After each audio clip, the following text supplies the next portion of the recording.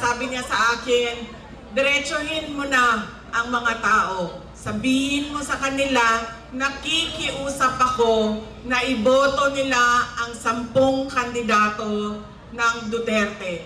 Una doon, si Bongo. Pangalawa, si Bato de la Rosa. Pangatlo, si Jimmy Bondoc. Pangapat, si Rodante Marcoleta. Panglima, si Philip Salvador. Panganim, si Vic Rodriguez. Si J.B. Hinlo. Si Raul Lambino. Si Richard Mata, Dr. Marites Mata, at ang huli ay si Apollo Kibuloy. Sabi niya,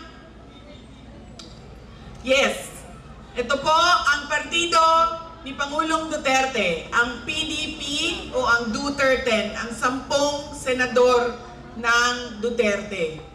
Bakit kailangan diretso ang boto? Bakit kinakailangan na straight o block voting ang gagawin ng mga mamamayan? Dahil unang-una, kapag hinaluan nyo yan ng ibang grupo o nasa ibang pamumulitika, ay magkakagulo lang din ang loob ng Kongreso, ang loob ng Senado. Dahil laging magbabangayan at mag-away. Nakakalimutan nila ang pagtatrabaho at pagsiservisyo sa bayan. Pangalawa, kapag malayo ang boto o malayo ang agwat ng boto ng mga kandidato, at nangyayari yon kapag sobrang dami ang nag-block voting, mahirap habulin sa dayaan sa makina ang boto ng mga kandidato natin. At pangatlo, kailangan nagkakaisa yung mga kandidato. Alam nila kung saan papunta ang bayan. Alam nila na ang gusto natin ay ituloy ang nasimulan ni Pangulong Rodrigo Duterte doon sa tunay na pagbabago ng ating bayan. Hindi yung sinasabing bago ang Pilipinas, bagong Pilipinas, pero wala namang nagbago sa Pilipinas. Hindi yung nangangako ng 20 pesos per kilo ang rice noong nakaraang eleksyon, pero nakalimutan ang pangako 3 taon, at dahil meron na namang darating na eleksyon sa susunod na buwan, ay nabuhay na naman ang pangako na 20 pesos per kilo na bigas. At hindi lang yan, ibibigay lang doon sa Visayas, na para bang hindi kailangan ng 20 pesos na bigas dito sa Luzon at doon sa amin sa Mindanao. Alam nyo, napakadali ibigay kung ano yung pangako ng isang politiko. Bigyan ko kayo ng example.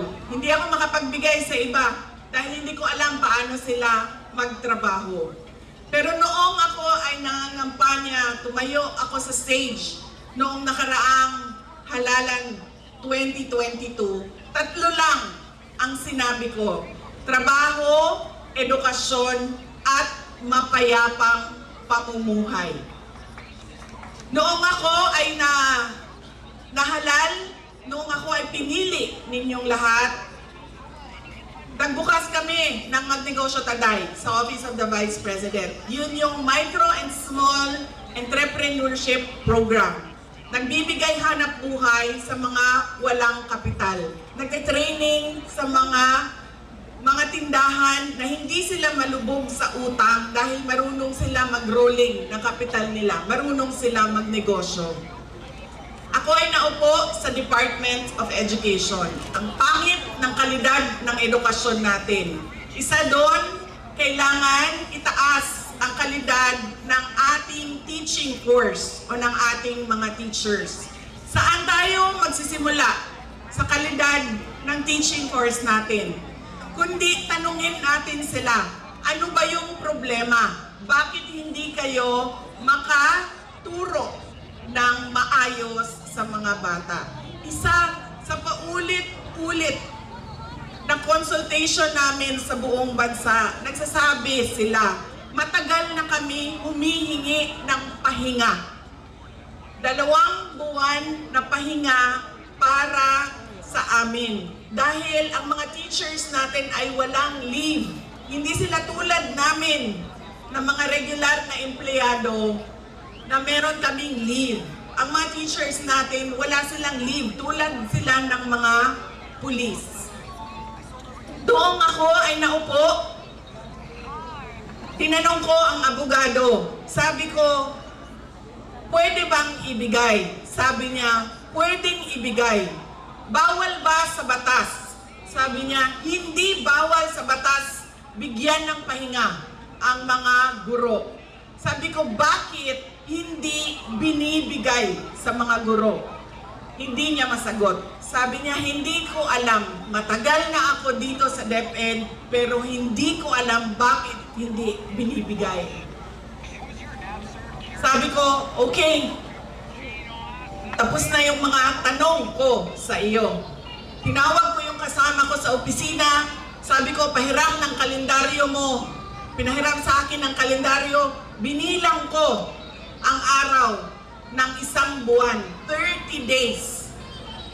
Tinawag ko yung isang USEC namin, yung chief of staff namin. Sabi ko, bilangin mo kung tama ang bilang ko sa kalendaryo. Binilang niya, 30 days. Nabayad na pagpapahinga ng ating mga guro. Sabi niya, tama ang bilang mo. Sabi ko, dalhin mo doon sa isang USEC natin. Sabihin mo sa kanya, ilagay niya sa papel. 30 days na pahinga para sa ating mga guro. Ginawa nila, nilagay nila sa papel, tapos. Nakaraang taon, ngayong taon, merong pahinga ang ating mga guro na 30 days. Pag nangampanya ka, nangako ka, lahat gagawin mo. Napakadali ibigay ang mga pangako. Ang siguraduhin mo lang ay hindi ka nagsisinungaling habang ikaw ay nakatayo dito sa entablado.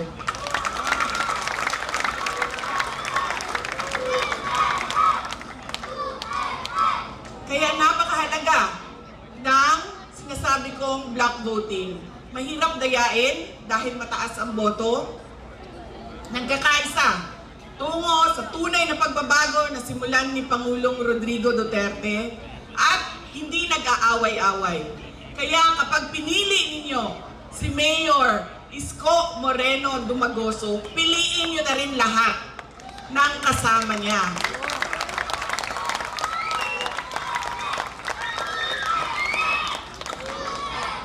Dahil pag hinati-hati nyo yung boto ninyo, isa doon, isa dito, isa doon, dito, mayor dito, vice mayor doon sa kabila, walang, sinasabi ko sa inyo, walang mangyayari sa syudad ninyo 3 taon.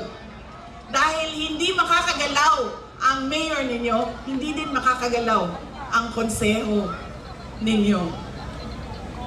Kaya napakahalaga, wag na kayong pumili dito, pumili doon, ito gusto ko, ito gusto ko. Kung gusto niyo yung mayor ninyo, sundin niyo lahat ng kanyang kandidato.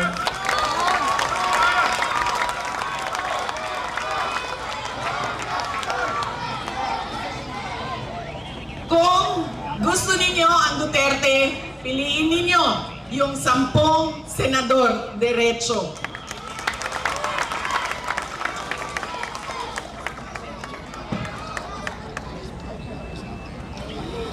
Mga kababayan, maraming salamat po ulit sa pagkakataon na ibinigay niyo sa amin ngayong gabi na ito.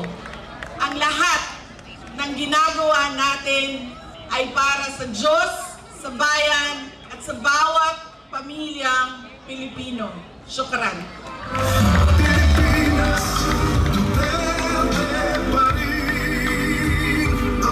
Muli po, palakpakan po natin